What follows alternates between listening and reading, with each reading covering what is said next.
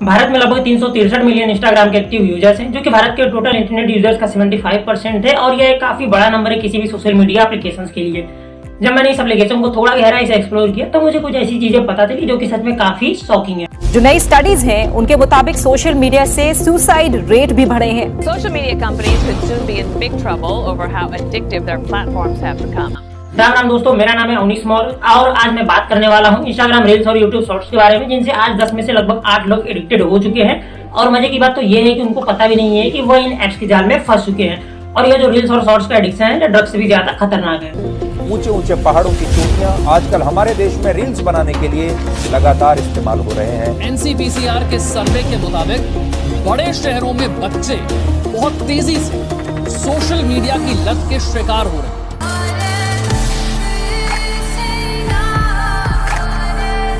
देखो यार, सभी एप्लीकेशंस का एक सिंपल सा रूल होता है, चाहे कोई भी एप्लीकेशन हो, वो आपसे बस यही चाहता है कि आप उसके ऐप पर ज्यादा से ज्यादा टाइम बिताओ।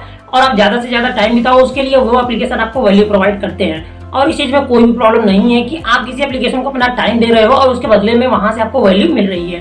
और आपके इस दिए हुए टाइम से उस एप्लीकेशन को ऑडियंस रिटेंशन मिल रहा है और उसी ऑडियंस रिटेंशन से वो एप्लीकेशन पैसे भी कमा रहा है। मतलब आप जितना टाइम देंगे उतना ही ज्यादा पैसा इन एप्लीकेशंस को मिलेगा। तो यह है सभी एप्लीकेशंस का एक सिंपल सा रूल, जिससे भी पैसे कमाते हैं और इसमें कुछ भी गलत नहीं है। लेकिन यहाँ मजे की बात तो यह है कि इंस्टाग्राम इस रूल को फॉलो नहीं करता है, बल्कि इंस्टाग्राम इसी के जैसे एक सिमिलर रूल को फॉलो करता है। क्योंकि इंस्टाग्राम को यह बात मालूम है कि किसी भी इंसान को वैल्यू प्रोवाइड करने से भी ज्यादा बड़ी एक चीज है जो उस इंसान को उस एप्लीकेशन पर घंटों तक रोक कर रख सकती है, और वह चीज है नशा। इसलिए दोस्तों, इंस्टाग्राम हमें वैल्यू कम और नशा ज्यादा प्रोवाइड करता है। चलो मैं आप लोगों को शॉर्ट में समझा देता हूँ कि वैल्यू और नशा का मतलब क्या है। देखो, कोई भी चीज जिसको आप देख रहे हो या सुन रहे हो और उसको देखने और सुनने में आप अपना टाइम स्पेंड कर रहे हो और वो आपकी लाइफ को बेहतर बनाने में आपकी मदद करती है, तो इसका मतलब है वहां से आपको वैल्यू मिल रही है। लेकिन कोई ऐसी चीज जिसे आप कंज्यूम कर रहे हो और वो कुछ टाइम के लिए आपकी दुनिया को ही बदल दे और आपको एक झूठी दुनिया में ले जाए जहां आपको बस खुशी ही खुशी मिलती है, तो वह है नशा। और सेम यही काम इंस्टाग्राम रील्स और यूट्यूब शॉर्ट्स भी करते हैं कि आपको एक झूठी दुनिया में ले जाते हैं जहां हर एक इंसान परफेक्ट है, ब्यूटीफुल है और सबकी लाइफ एकदम टकाटक चल रही है। फिर आप दूसरों की लाइफ से खुद को कंपेयर करते हो, इससे आपको मेंटल स्ट्रेस, डिप्रेशन, एंजाइटी हो जाती है। जबकि रियलिटी में किसी की भी लाइफ परफेक्ट नहीं है, सबकी लाइफ में कुछ ना कुछ प्रॉब्लम्स चल रहे हैं। और ये जो आप सोशल मीडिया पर देखते हो वह झूठी दुनिया है जहाँ हर कोई खुश है या तो फिर वह खुश होने का दिखावा कर रहा है। जब आप अपनी लाइफ को दूसरे की लाइफ से कंपेयर करते हो तो आप पाते हो कि आपकी लाइफ तो बहुत ही बोरिंग है, आपकी लाइफ में ना कोई खुशी है ना कोई प्लेजर है। फिर आप इनकी तलाश में इंस्टाग्राम पर जाते हो और इंस्टाग्राम आपको देता है मजा। क्योंकि इंस्टाग्राम पर बिना किसी मेहनत के आप बस स्वाइप अप करके हर सेकंड नया कंटेंट कंज्यूम करते हो और इन कंटेंट से मिलता है आपको प्लेजर और आपके ब्रेन में डोपामिन रिलीज होता है। मैं यहाँ पर आपको शॉर्ट में समझा देता हूँ कि डोपामिन क्या है। तो देखो, डोपामिन बेसिकली एक प्रकार का न्यूरोट्रांसमीटर जो हमारे ब्रेन में ही बनता है।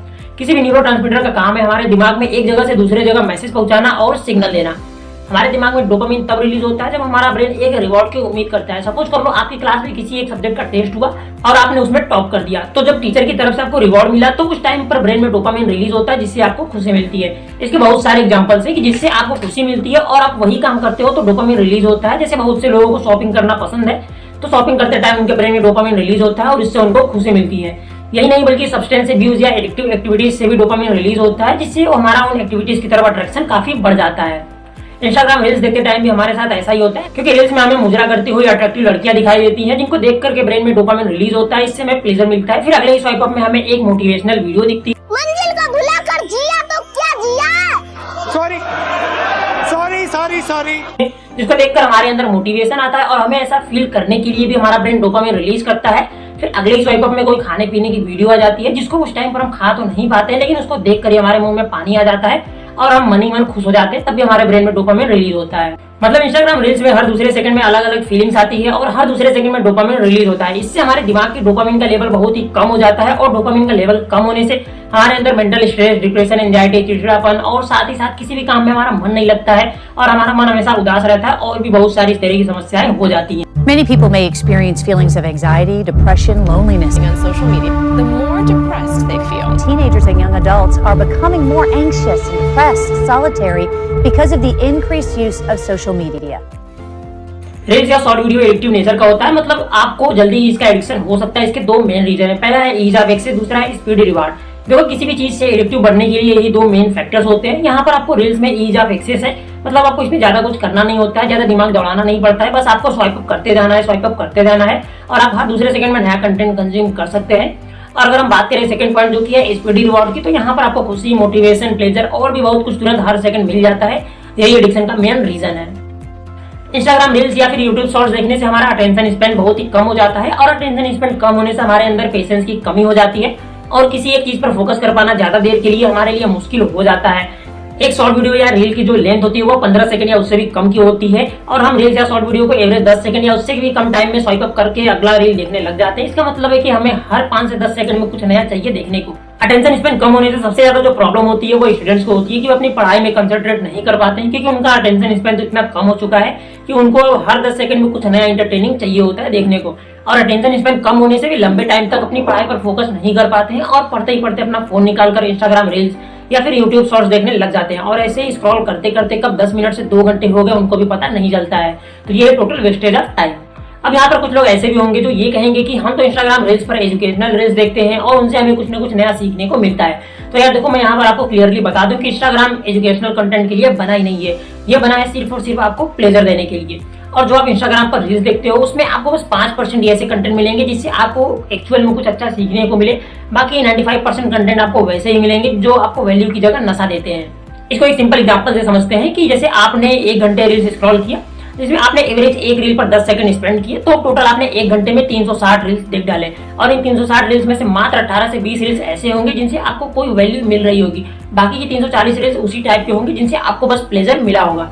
और ये आप इंस्टाग्राम पर जाकर अपनी एक्टिविटीज से भी वेरीफाई कर सकते हैं। इंस्टाग्राम रील्स या यूट्यूब शॉर्ट्स या इनके जैसे और भी जितने शॉर्ट वीडियो वाले ऐप्स हैं पैसिव नेचर के होते हैं। पैसिव नेचर से मेरा कहना ये है कि ये आपको दिमाग को एक्टिव होने ही नहीं देते हैं। इसमें आपको अपने दिमाग को यूज कर ही नहीं सकते हैं कि आपको एक्चुअल में देखना क्या है। बस इसमें रील्स ओपन करके स्क्रॉल करते जाओ और इसका एल्गोरिदम आपके स्क्रॉल करने के मूवमेंट के हिसाब से आपके इंटरेस्ट को स्टोर करता है और उसी हिसाब से आपको कंटेंट सजेस्ट करता है। इसका मतलब यह है कि आप एक माइंडलेस रोबोट की तरह बस स्क्रॉल करते रहो और आपको क्या दिखाना है क्या नहीं दिखाना है यह काम इंस्टाग्राम के एल्गोरिदम का है।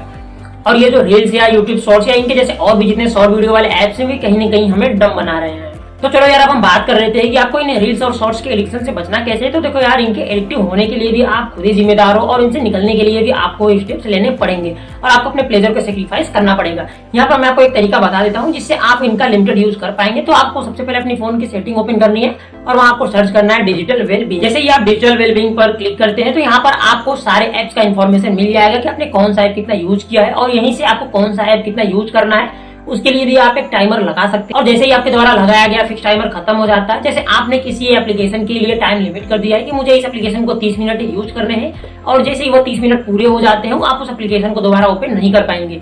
लेकिन इसको दोबारा ओपन करने का भी एक तरीका है। इसमें आपको वापस उसी सेटिंग में जाकर के टाइमर को या तो बंद कर देना है या फिर आपको उसकी टाइमिंग को इंक्रीज कर देना है। देखो, आपको कौन सा ऐप कितना यूज करना है या डिसाइड करने के लिए भी आपके अंदर सेल्फ कॉन्फिडेंस होना चाहिए। और ऐसा नहीं होना चाहिए कि आपने इंस्टाग्राम का टाइमर जो कि सेट किया हुआ है 30 मिनट का, लेकिन फिर भी आप इंस्टाग्राम को 4 घंटे 5 घंटे यूज किए जा रहे हो।